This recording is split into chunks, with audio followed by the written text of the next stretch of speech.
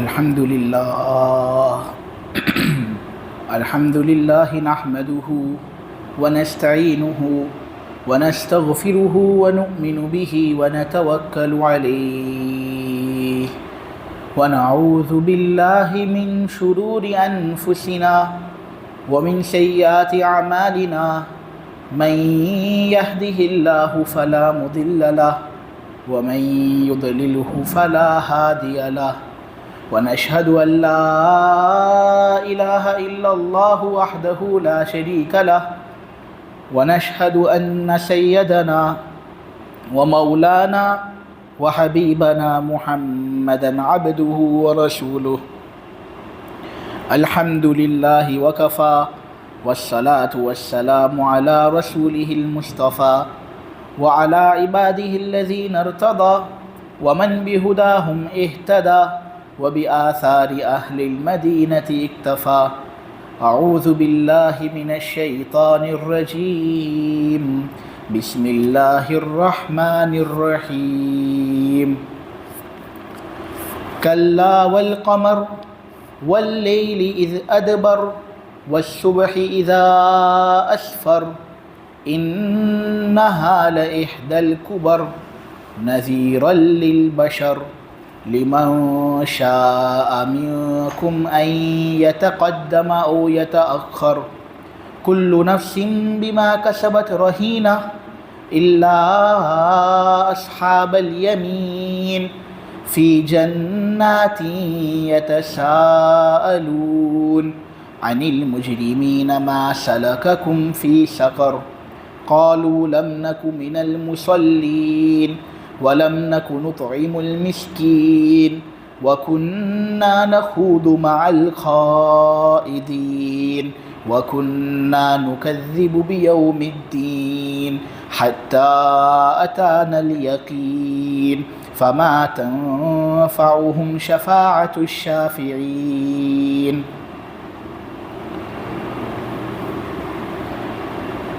خبردار سن لو، یہ رویہ مناسب نہیں۔ میں قسم کھاتا ہوں چاند کی اور قسم کھاتا ہوں رات کی جب وہ پیٹھ پھیر کر منہ موڑنے لگے۔ میں قسم کھاتا ہوں صبح کی جب وہ خوب اپنی روشنی کو پھیلا دے۔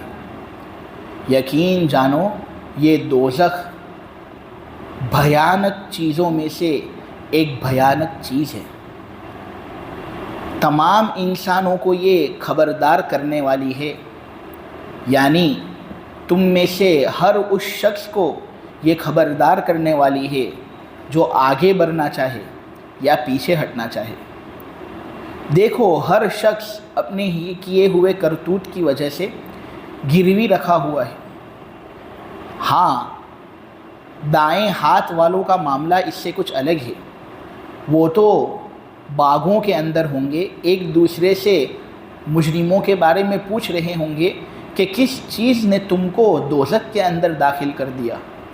مجرم لوگ کہیں گے کہ بھائی ہم نماز نہیں پڑھتے تھے، ہم فقیروں کو کھانا نہیں کھلاتے تھے، ہم ان لوگوں کے ساتھ گھس جایا کرتے تھے جو بیہودہ باتیں کر رہے ہیں، ہم جزا و سزا کے دن کو جھٹلاتے تھے، یہاں تک کہ ہمارے پاس موت اچانک آ گئی۔ اب کسی سفارش کرنے والی کی سفارش ان کو فائدہ نہیں پہنچائے گی۔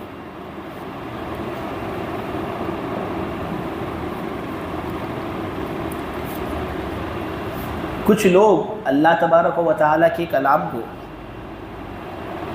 انسانوں کا کلام کہتے تھے، اور کچھ لوگ یہ کہتے تھے کہ اللہ تبارک و تعالیٰ نے جو دوزخ پر 19 فرشتے مقرر کیے ہیں وہ 19 فرشتے ہمارا کچھ بگاڑ نہیں سکتے، ہم ان پر بھاری پڑ جائیں گے۔ تو یہاں پر ان کی تردید کرنے کے لیے اللہ تبارک و تعالیٰ کہہ رہے ہیں کہ دیکھو تمہارا یہ رویہ مناسب نہیں، یہ کیسی کیسی باتیں کہتے ہو۔ یہ قرآن جس کے جیسا کوئی کلام نہیں، اس کی نظیر تم پیش نہیں کر سکتے، اس کی طرح تم ایک آیت بھی بنا نہیں سکتے، تم یہ کہتے ہو کہ یہ انسانوں کا کلام ہے۔ اگر یہ انسانوں کا کلام ہوتا تو اس کی طرح ایک کلام بنا کر بتاؤ نا. چلو کلام بنانا مشکل تو ایک آیت اس کی طرح بنا کر بتاؤ. لیکن تم تو ایک آیت بنانے سے بھی عاجز ہو، تو پھر اس کو انسانوں کا کلام کہنا کس طرح صحیح؟ اور پھر فرشتوں کو ہلکا سمجھنا، یہ تو بالکل بیوقوفی کی بات ہے. اس لیے کہ فرشتے جو ہیں وہ اللہ تبارک و تعالیٰ کے غیبی لشکر کے اندر داخل ہیں، اور اللہ تبارک و تعالیٰ کا لشکر کتنا زبردست ہے وہ اللہ ہی جانتے ہیں. لہٰذا تمہارا یہ رویہ کہ ہم فرشتوں پر غالب آ جائیں گے، یہ بالکل مناسب نہیں. دیکھو جس چیز سے اللہ تبارک و تعالیٰ ہمیں یہاں پر ڈرا رہے ہیں وہ جہنم کی آگ ہے. اور جہنم کی آگ کتنی بھیانک ہے، کتنی خطرناک ہے، کتنی زبردست ہے، اس بات کو ثابت کرنے کے لیے میرے عزیزو اللہ نے چاند کی قسم کھائی، رات کی قسم کھائی، صبح کی قسم کھائی. پہلے میرے عزیزو آپ ایک بات سمجھ لیں کہ قسم زیادہ تر وہ کھاتا ہے جو جھوٹا ہوتا ہے. جھوٹا آدمی قسم زیادہ کھاتا ہے کیونکہ اس کو اپنی بات منوانی ہوتی ہے. اب ویسے ہی قسم کے بغیر اگر وہ بات کرے گا تو کوئی اس کی بات مانے گا نہیں، کیونکہ وہ ہے جھوٹا.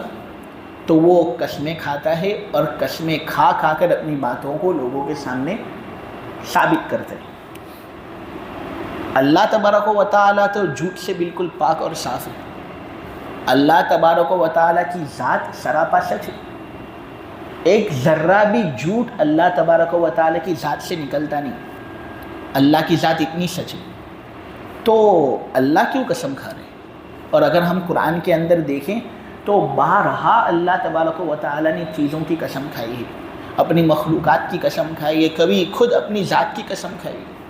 حالانکہ قسمیں تو وہ کھاتا ہے تو بہت جھوٹا ہوتا ہے. اللہ تبارک و تعالیٰ کو اپنی بات منوانے کے لیے قسم کی ضرورت نہیں. وہ تو خدا ہے، وہ تو سچ ہی سچ بولتا ہے. جب ایمان والوں کے سامنے وہ اپنی بات رکھے گا تو قسم کے بغیر بھی ایمان والے اس کی بات کو قبول کر لیں گے.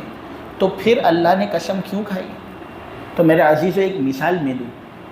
میں اگر یہ مثال دوں کہ ایک بہت بڑے شیخ الحدیث مثلا مفتی احمد خان پوری صاحب مسجد یوسف کے اندر آگے، وہ آگے ممبر پر بیٹھ گئے اور انہوں نے قسمیں کھانی شروع کر دی کہ میں اللہ کی قسم کھاتا ہوں، میں اللہ کے جلال کی قسم کھاتا ہوں، اللہ کی صفت رحمت کی قسم کھاتا ہوں، میں اللہ تبارک و تعالیٰ کی قسم 100 مرتبہ کھاتا ہوں.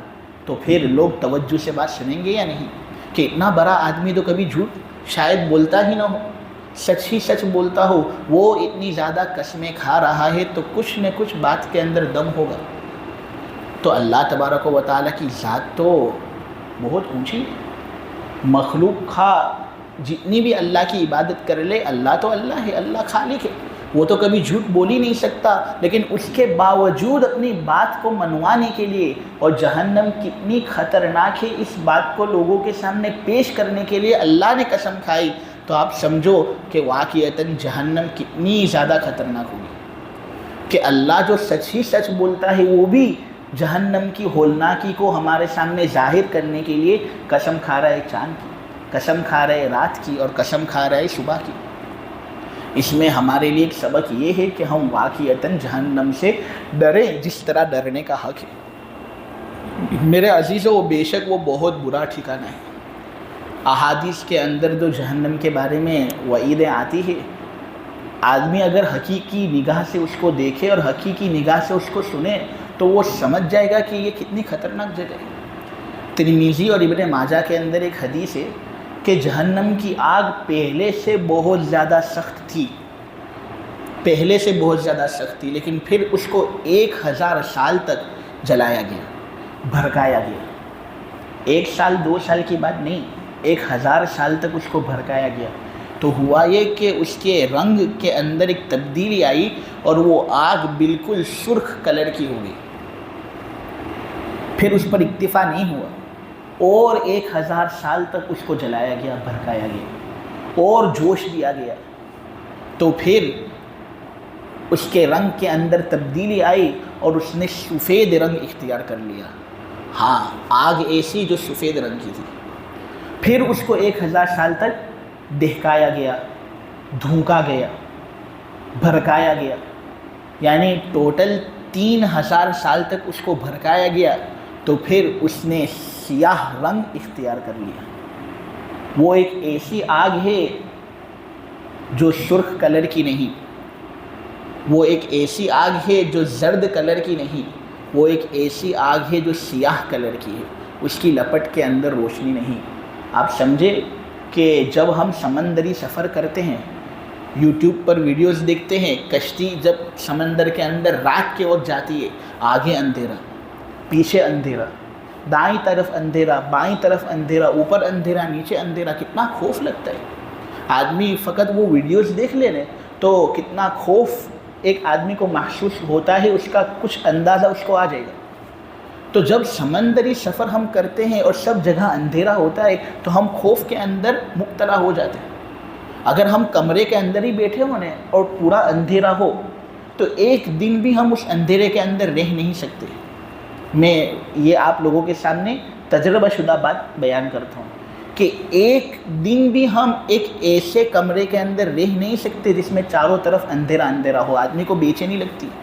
تو میرے عزیزو، ایک ایسی آگ کے اندر ہمیشہ ہمیشہ کے لیے رہنا جس میں ہر طرف اندھیرا ہو اور پھر تکلیف ہو رہی ہو، ایسی تکلیف جس کو آدمی الفاظ کے اندر بیان نہ کر سکتا ہو، تو یہ ڈرنے کی بات نہیں ہے تو اور کیا ہے؟ اللہ اسی سختی کو بتانے کے لیے قسمیں کھا رہا ہے، حالانکہ اللہ کو قسم کھانے کی ضرورت نہیں۔ میرے عزیزو، بخاری اور مسلم کی روایت ہے کہ نبی کریم صلی اللہ علیہ وسلم نے ارشاد فرمایا کہ یہ جو دنیا کی آگ تم اپنے گھروں کے اندر جلاتے ہو نا، کتنی خطرناک آگ ہوتی ہے کہ یہ آگ بستیوں کو کھا جاتی ہے۔ امریکہ کے اندر آگ لگی، بستیوں کو کھا گئی وہ، اور کتنے دن تک وہ رہی۔ پانی کم پڑ گیا لیکن وہ آگ بجھنے کے لیے تیار نہیں تھی۔ یہ دنیا کی آگ ہے، کتنی زیادہ سخت کہ کسی کو دیکھتی نہیں ہے، طاقتور مخلوق سمجھی جاتی ہے۔ اللہ تبارک و تعالیٰ یہ کہہ رہی ہیں میرے عزیزوں کہ یہ جو دنیا کی آگ تم جلا رہے ہو اپنے گھر میں، یہ دوزخ کے 70 حصوں میں سے ایک حصہ ہے۔ صحابہ تعجب کرنے لگے کہ اللہ کے رسول، آپ یہ بات بیان کر رہے ہو تو جلانے کے لیے تو یہی آگ کافی ہے۔ دیکھو اس آگ کے ذریعے سے پورے شہر مٹ جاتے ہیں، نیست و نابود ہو جاتے، تو جلانے کے لیے تو یہی آگ کافی ہے۔ تو کیوں ایک ایسی آگ جو اس سے کئی گنا زیادہ سخت ہے، اس کو اللہ تبارک و تعالی ہمارے سامنے پیش کرنے؟ تو نبی کریم صلی اللہ علیہ وسلم نے کہا، دیکھو یہ اللہ کا معاملہ ہے، اس میں ہمارا بس چلتا نہیں۔ دوزخ کی آگ دنیا کی آگ سے 69 گنا زیادہ تیز اور زیادہ سخت ہے، اور پھر اس کی لپٹ کے اندر روشنی نہیں، تو کتنی زیادہ تکلیف ہوتی ہوگی اس آگ سے، آدمی اس کا اندازہ لگا سکتا ہے۔ مسلم کے اندر ہے، حضرت عبداللہ ابن مسعود رضی اللہ تعالیٰ عنہ بیان کرتے ہیں کہ قیامت کے دن جہنم کی آگ کو لایا جائے گا۔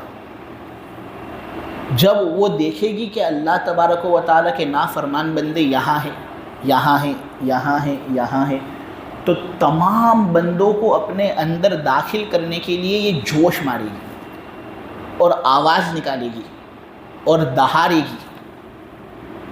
تو اللہ تبارک و تعالیٰ اس کو قابو میں رکھنے کے لیے فرشتوں کو مقرر کرے گا، اس پر زنجیریں لگائے گا۔ میرا عزیز و نبی کریم صلی اللہ علیہ وسلم کے سچ ارشاد ابن مسعود اس کو بیان کرتے ہیں کہ جہنم کی آگ کو قابو میں کرنے کے لیے اس دن 70,000 زنجیریں لگی ہوئی ہوں گی، اور وہ زنجیریں بھی خطرناک طریقے سے اس کے اندر داخل ہو رہی ہوں گی، اور ہر زنجیر پر 70,000 فرشتے ہوں گے۔ ایک فرشتہ دنیا کو تہ و بالا کر سکتا ہے، دنیا کو یہاں وہاں کر سکتا ہے ایک فرشتہ، لیکن اس دن جہنم کو قابو میں کرنے کے لیے 70,000 زنجیریں ہوں گی، اور ہر زنجیر پر 70,000 فرشتے ہوں گے۔ قرطبی اپنی کتاب التذکرہ کے اندر لکھتے ہیں زید ابن اسلم کے حوالے سے کہ اس کے باوجود جہنم چھوٹ رہی ہوگی اور فرشتے اس کو قابو میں نہیں لا سکیں گے، اس کے باوجود جہنم چھوٹ رہی ہوگی۔ تو کتنی طاقتور مخلوق۔ حتیٰ کہ امام غزالی ابو حامد وہ اپنی کتاب کشف علوم الآخرہ کے اندر بغیر سند کے، یعنی یہ بات سچ بھی ہو سکتی ہے جھوٹ بھی ہو سکتی ہے، سند نہیں ہے، دین کی باتیں سند کے ذریعے سے پہنچائی جاتی ہے. سند ہو تو وہ بات صحیح، سند نہیں تو ہم کچھ کہہ نہیں سکتے اس کے بارے میں. خیر ایک اللہ والے نے وہ بات بیان کی ہے، اس لیے میں نے وہ بات آپ لوگوں کے سامنے ابھی پیش کرنے کا ارادہ کیا ہے. تو ابو حامد امام غزالی بہت بڑے آدمی ہیں، انہوں نے اپنی کتاب کشف علوم الاخرہ کے اندر لکھا ہے کہ جہنم کی آگ اتنی زنجیروں اور فرشتوں کی سیکیورٹی کے باوجود چھوٹ جائے گی اور تمام لوگوں کو اپنے اندر داخل کرنے کا ارادہ کرے گی کہ نبی کریم صلی اللہ علیہ وسلم بیچ میں آ جائے گی اور حضور کہیں گے کہ اے جہنم کی آگ اب رک جا، دیکھ تیرے اندر جس کو داخل ہونا ہے اللہ تبارک و تعالیٰ ان کو داخل کر دے گا.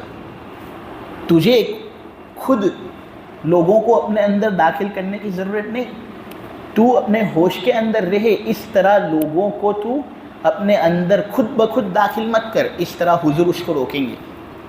لیکن جہنم کی آگ بے قابو ہوگی اور کہے گی اے محمد تیرا جسم مجھ پر حرام ہے، تو تو سراپا پاک جسم ہے، میں تجھے تو اپنے اندر داخل نہیں کر سکتی، تو مجھ پر حرام ہے، تو ہٹ جا راستے سے اور تمام مجرموں کا راستہ مجھے بتا دے. جتنے بھی اللہ کے نافرمان ہیں سب کو میں آج نگل جاؤں گی. اب جب حضور کی بات بھی وہ مان نہیں رہی تو پھر عرش سے ایک آواز لگانے والا آواز لگائے گا اور کہے گا کہ اے آگ محمد کی بات سن لے، محمد کی فرما برداری کر، یہ جو کہہ رہے ہیں قابو میں رہنے کے لیے تجھے جو حکم دے رہے ہیں تو تجھے ان کی بات ماننی چاہیے.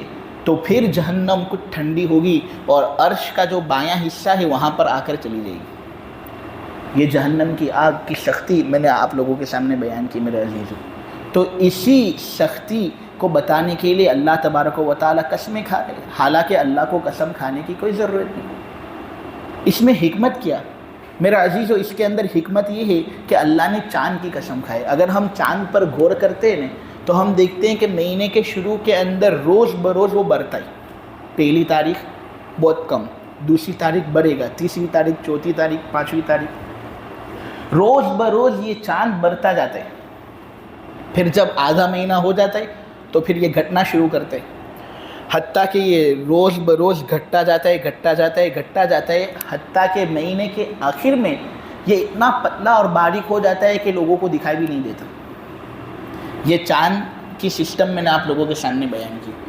اللہ نے یہاں پر چاند کی قسم اس لیے کھائی کہ اللہ تبارک و تعالی ہمارے سامنے یہ بات واضح کرنا چاہتے ہیں کہ دیکھو میرے عزیزو، چاند کس طرح پہلے عروج پر ہوتا ہے نہ پھر مہینہ جیسا ختم ہوتا ہے، اس طرح اس کے اندر زوال آنا شروع ہوتا ہے.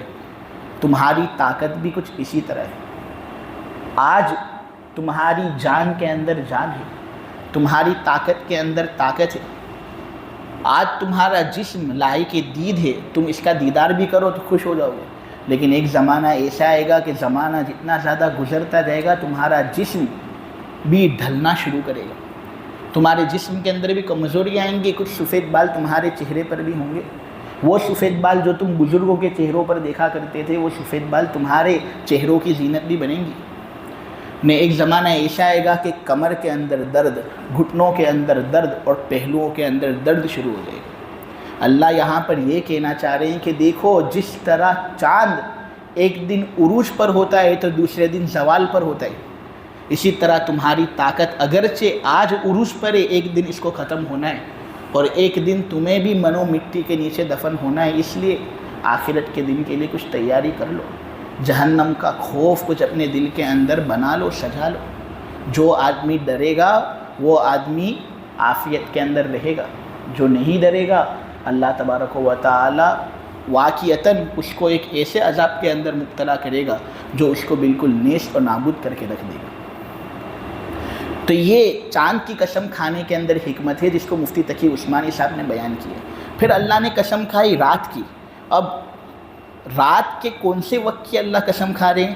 جب وہ پیٹھ پھیر کر منہ موڑنا شروع کر دے.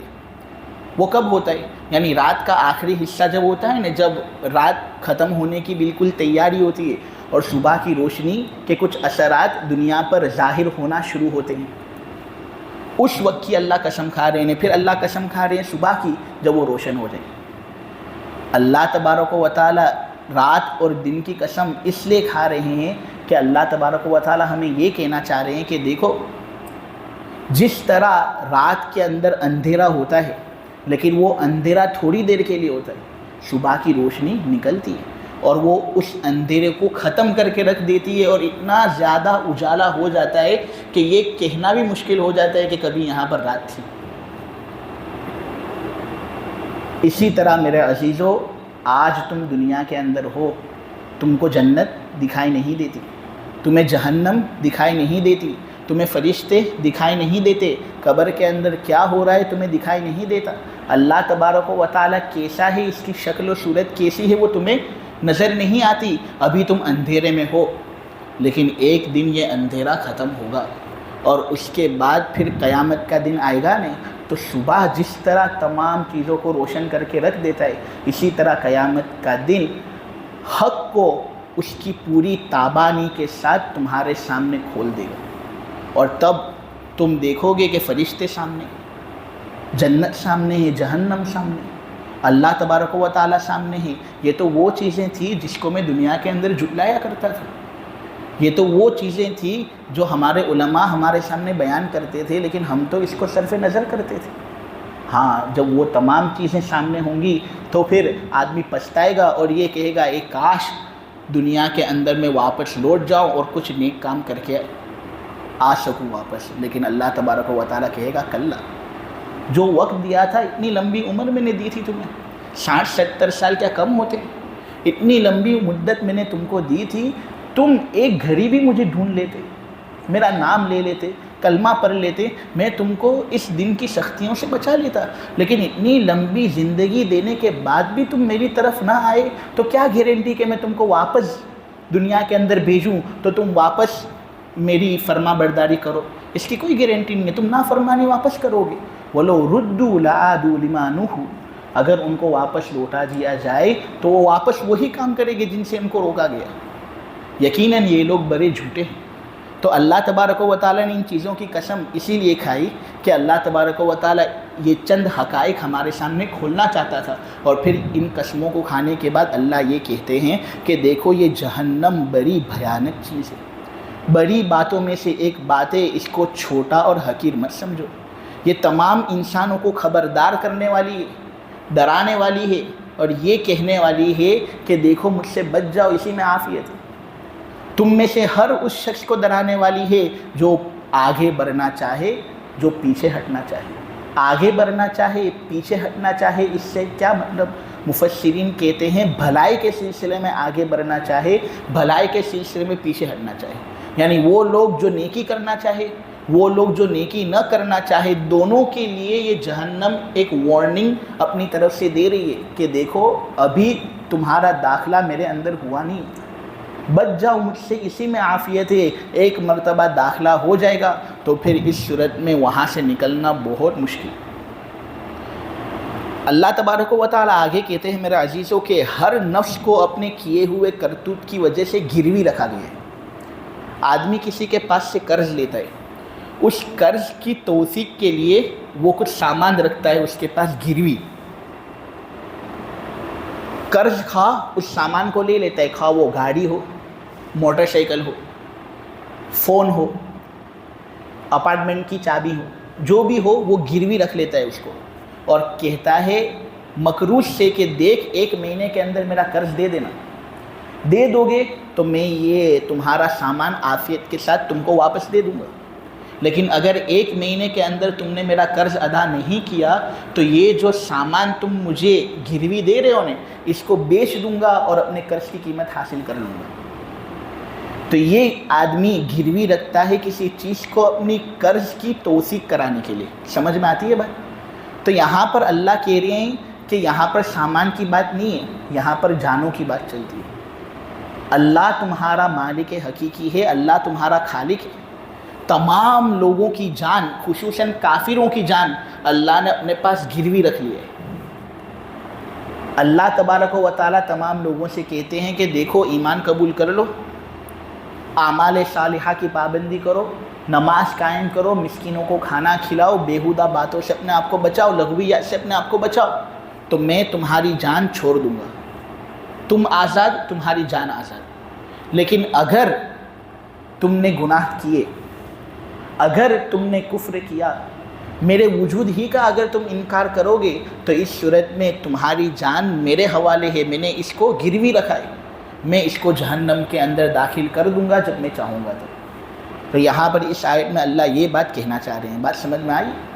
پھر اللہ تبارک و تعالیٰ کہتے ہیں کہ دیکھو تمام لوگوں کے ساتھ یہ معاملہ نہیں ہوتا، یہ معاملہ فقط کافر لوگوں کے ساتھ ہوتا ہے۔ وہ لوگ جن کو ان کا نامہ اعمال کل دائیں ہاتھ میں دیا جائے گا ان کا معاملہ تو بہت اچھا ہے، اللہ تبارک و تعالیٰ ان پر کوئی سختی نہیں کرتا، اللہ تبارک و تعالیٰ ان کو تو باغوں کے اندر داخل کریں گے، اور جب باغوں کے اندر یہ داخل کریں گے اور مزے کریں گے تب وہ لوگ جو دوزخ کے اندر ہیں نا ان کے بارے میں سوالات ان کے ذہن کے اندر آئیں گے، اور وہ آپس میں ایک دوسرے سے پوچھیں گے کہ یہ آدمی یہ تو اپنے محلے کے اندر رہتا تھا، بڑا نیک تھا، بڑا دیندار تھا، لیکن دیکھو آج یہ جہنم کے اندر داخل ہو گیا، یہ آدمی اس کو تو میں پہچانتا ہوں، یہ فلاں میرے پڑوس کے اندر رہتا تھا، او ہو یہ تو جہنم کے اندر داخل ہو رہا ہے، تکلیف برداشت کر رہے ہیں۔ تو وہ پوچھیں گا آپس میں، وہ ایک دوسرے کو پوچھیں گے کہ بھائی کس چیز نے تم کو جہنم کے اندر داخل کیا، ما سلککم فی سقر، جہنم کے اندر کس چیز نے تم کو داخل کیا؟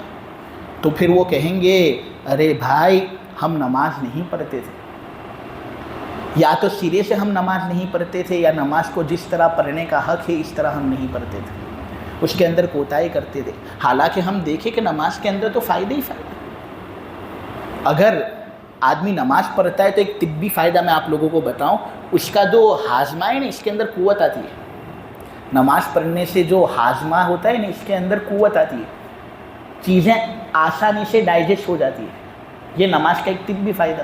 اسی طرح نماز کا ایک طبی فائدہ یہ ہے کہ اس کے اندر ورزش ہوتی ہے، اور ورزش بدن کے اندر 5 وقت ہوتی رہتی ہے، یہ تو کینسر سے بچنے کا ایک بہت اہم ذریعہ ہے۔ اس کے لیے جم جانا ضروری نہیں، اور خواہ اتنی زیادہ تکلیف برداشت کرنا ضروری نہیں، فقط 5 وقت کی نماز پڑھ لو، اسی کے اندر ورزش ہو جاتی ہے۔ یہ نماز کا ایک فائدہ ہے، اور نماز کا ایک فائدہ سائنس والوں نے یہ بھی بیان کیا ہے کہ اس سے ڈپریشن بھی ختم ہوتا ہے، ٹینشن بھی ختم ہوتا ہے، دل کو سکون آتا ہے نماز پڑھنے سے۔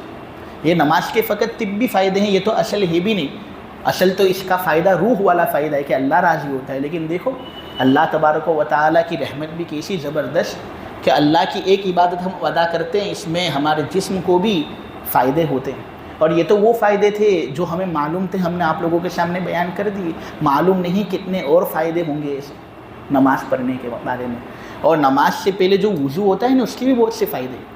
اس کا ایک فائدہ ریسرچ کرنے والوں نے بیان کیا کہ جو آدمی وضو کثرت سے کرتا ہے نا اس کا جو آکسیجن لیول ہے نا اس کے اندر کافی کشادگی ہوتی ہے، سانس لینا اس کے لیے آسان ہو جاتا ہے، کیونکہ پانی کے اندر آکسیجن ہوتا ہے، اور وہ پانی جتنا زیادہ جسم کے ساتھ ملے گا نا تو جسم کا جو آکسیجن لیول ہے اس کے اندر بھی یہ کشادگی پیدا کرے گا، تو سانس لینا اس سے آسان ہو جاتا ہے۔ یہ کورونا وائرس ہوا نا اس میں سانس ہی کے بارے میں تو یہاں وہاں لڑائی ہوتی تھی، اور آکسیجن ٹینکس ہاسپٹل وغیرہ کے اندر ہوتے نہیں تھے، اس سے لوگوں کو پیسے بھی دینے پڑتے تھے، اور بہت سے لوگوں کو ہاسپٹل کے اندر داخلہ بھی نہیں دیا جاتا تھا اسی آکسیجن کی کمی کی وجہ سے۔ ان کو کیا معلوم کہ وضو کرنے ہی سے آکسیجن لیول کے اندر کشادگی ہو جاتی ہے۔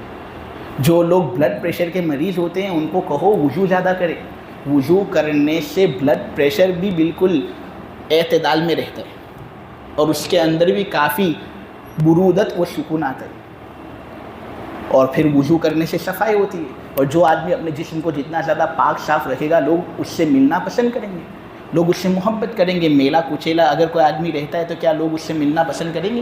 لیکن 5 وقت مسلمان اپنا چہرہ دھوتے ہیں اور تمام اعضاء کو دھوتے ہیں تو لوگ اس سے ملنا پسند کریں گے، اور پھر جراثیم کا دفاع بھی وضو کرنے سے ہوتا ہے۔ خیر فائدے ہی فائدے، اس کے لیے تو مستقل مجلس کی ضرورت ہے، لیکن یہ لوگ ایسا کہہ رہے تھے کہ پھر بھی ہم ان فوائد کو حاصل نہ کر سکے، نماز پڑھ نہ سکے، ہم سرے سے نماز پڑھتے ہی نہیں تھے، یا پڑھتے تھے تو کوتاہی کے ساتھ پڑھتے تھے۔ میرے عزیزو ہم رکوع کریں نا رکوع تو ہمارا جو سر ہے سر وہ پیٹھ کے لیول پر ہونا چاہیے۔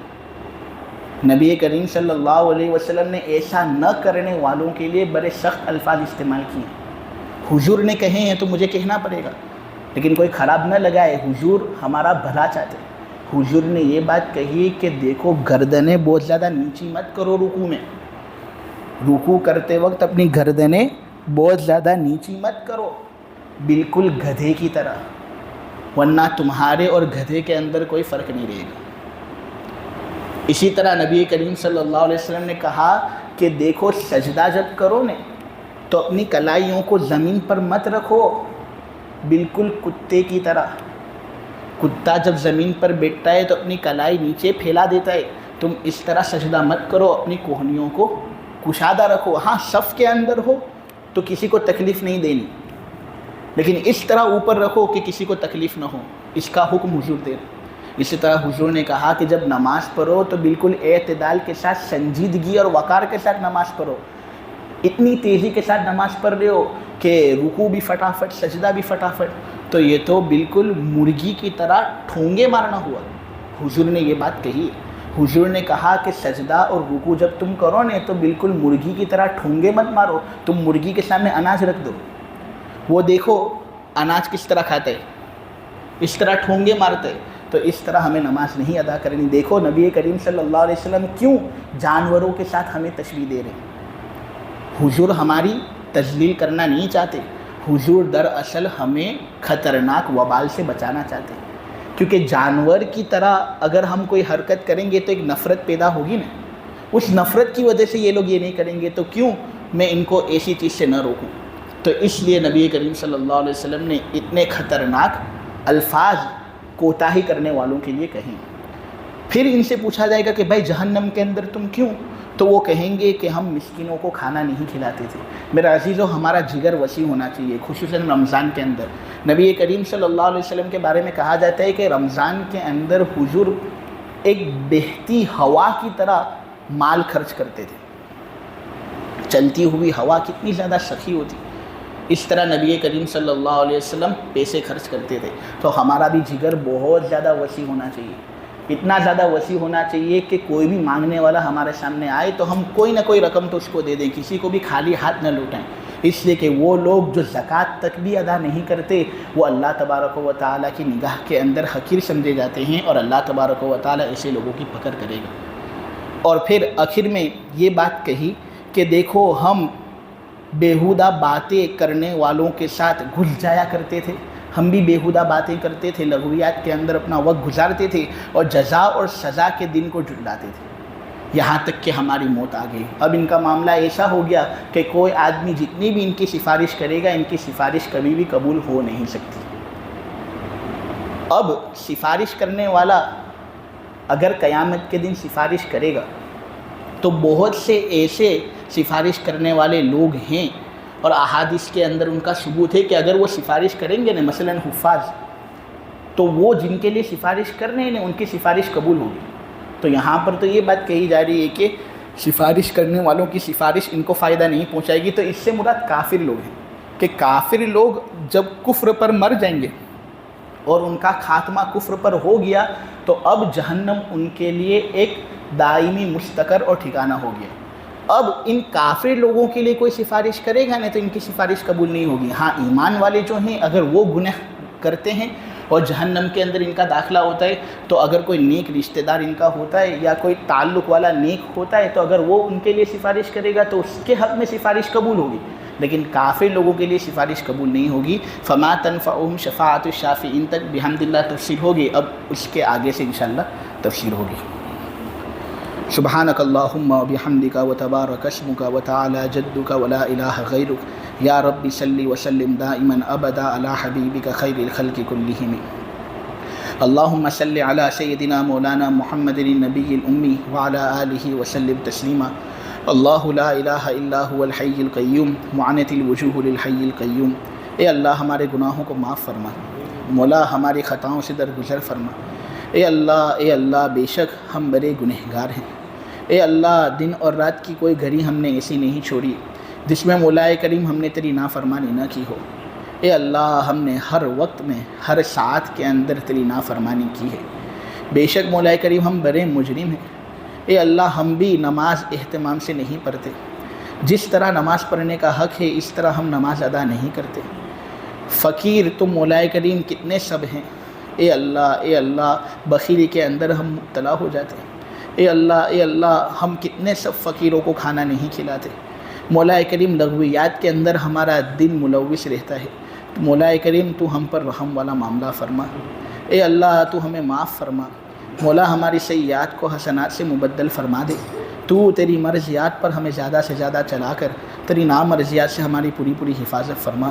مولا کریم بے شک مبارک گھڑیاں ہیں، مبارک مہینہ ہے، اس کے اندر اگر ہماری مغفرت ہو جائے تو مولا کریم کتنی بڑی چیز ہمیں حاصل ہو جائے گی، اور مولا کریم کتنی عظمت والی چیز ہمیں حاصل ہو جائے گی۔ مولا کریم یہ مغفرت والی دولت جو ہے مولا کریم اس سے تو ہمیں مالا مال کر۔ مولا کریم کل محشر کی ہولناکیوں سے ہماری پوری پوری حفاظت فرمانا، قیامت کی جو ہولناکیاں اور خوفناکیاں ہیں اے اللہ تو ان سے ہماری پوری پوری حفاظت فرما۔ مولا کریم نبی کریم صلی اللہ علیہ وسلم کی رفاقت ہمیں نصیب فرما، نبی کریم صلی اللہ علیہ وسلم کی معیت ہمیں نصیب فرما۔ مولا کریم کیا معلوم کہ ہماری زندگی کی یہ شام کب واقع ہو جائے، مولا کریم ایسی حالت میں موت نصیب فرما کہ زبان پر کلمہ طیبہ جاری ہو، تیرا اور تیرے بندوں کا کوئی قرض ہم پر واجب الادا حق باقی نہ رہ گیا ہو۔ مولا کریم جتنے بھی گناہ ہم سے ہوئے ہیں تمام کو معاف فرما، دنیا آخرت دونوں جگہوں میں مولا کریم ہمیں عزت دے، ذلتی سے ہماری پوری پوری حفاظت فرما۔ اے اللہ طاقت سے نواز، قوت سے نواز، تندرستی سے نواز، بیماری کمزوری زور سے اللہ تو ہماری پوری پوری حفاظت فرما۔ مولا کریم خیر سے نواز، شر سے پوری پوری حفاظت فرما۔